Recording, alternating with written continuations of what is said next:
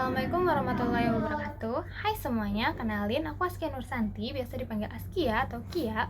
Aku kuliah di Universitas Mula Warman, Prodi Psikologi. Video ini aku buat untuk memenuhi tugas mata kuliah perkembangan 2 dari Bu Fani. Nah, untuk pertanyaan pertama, jadi, kalau di usia remaja madya sekitar 15-18 tahun itu biasanya hormon lagi aktif-aktifnya.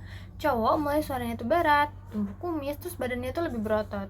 Kalau cewek, siklus menstruasinya itu makin teratur, bentuk tubuhnya juga mulai kelihatan lebih berlekuk, dan biasanya itu juga muncul jerawat karena hormon.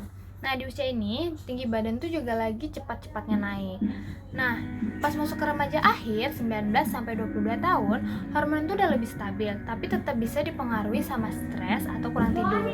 Tinggi badan biasanya tuh udah berhenti, tapi otot masih bisa dilatih lewat olahraga. Nah, untuk secara seksual juga udah lebih matang penuh nih, dan biasanya keputusan tentang hubungan juga lebih bijak. Contohnya kayak banyak mahasiswa yang udah serius mikirin rencana nikah setelah lulus kuliah. Nah, untuk pertanyaan kedua,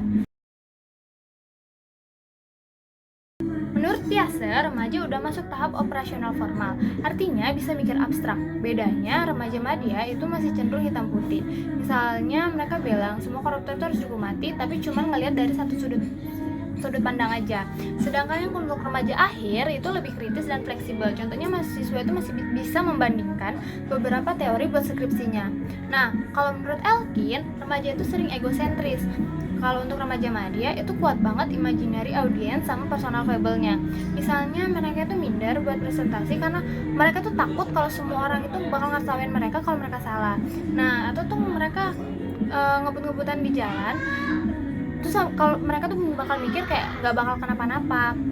Nah, kalau untuk remaja akhir, egosentrisnya itu udah berkurang. Mereka tuh lebih realistis, misalnya sadar orang lain nggak selalu mikirin penampilan kita, atau lebih bijak soal hubungan setelah ngalamin putus cinta. Untuk pertanyaan ketiga,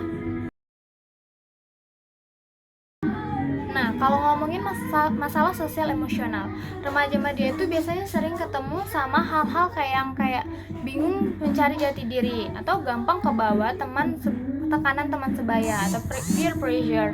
Nah, emosinya itu masih naik turun. Sedangkan di remaja akhir masalahnya itu beda lagi.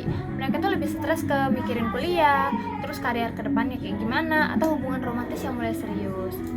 Nah, strategi yang bisa dipakai itu macam-macam, misalnya kayak belajar ngatur emosi lewat mindfulness atau journaling, jadi nggak gampang meledak atau overthinking.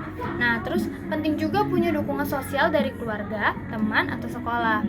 Latihan keterampilan sosial juga nggak kalah penting tau, kayak berani bilang enggak kalau diajak ke hal negatif. Atau buat mahasiswa, latihan presentasi biar makin percaya diri waktu presentasi depan kelas itu juga bisa. Selain itu, ikut organisasi, komunitas, atau magang juga bisa bantu banget buat eksplorasi diri dan nemuin passion. Nah, dengan cara ini, remaja itu bisa lebih siap menghadapi tantangan, gak gampang stres, dan pelan-pelan berkembang jadi pribadi yang lebih matang. Sekian dari saya, kurang dan lebihnya mohon maaf. Terima kasih sudah menonton. Wassalamualaikum warahmatullahi wabarakatuh. Bye-bye.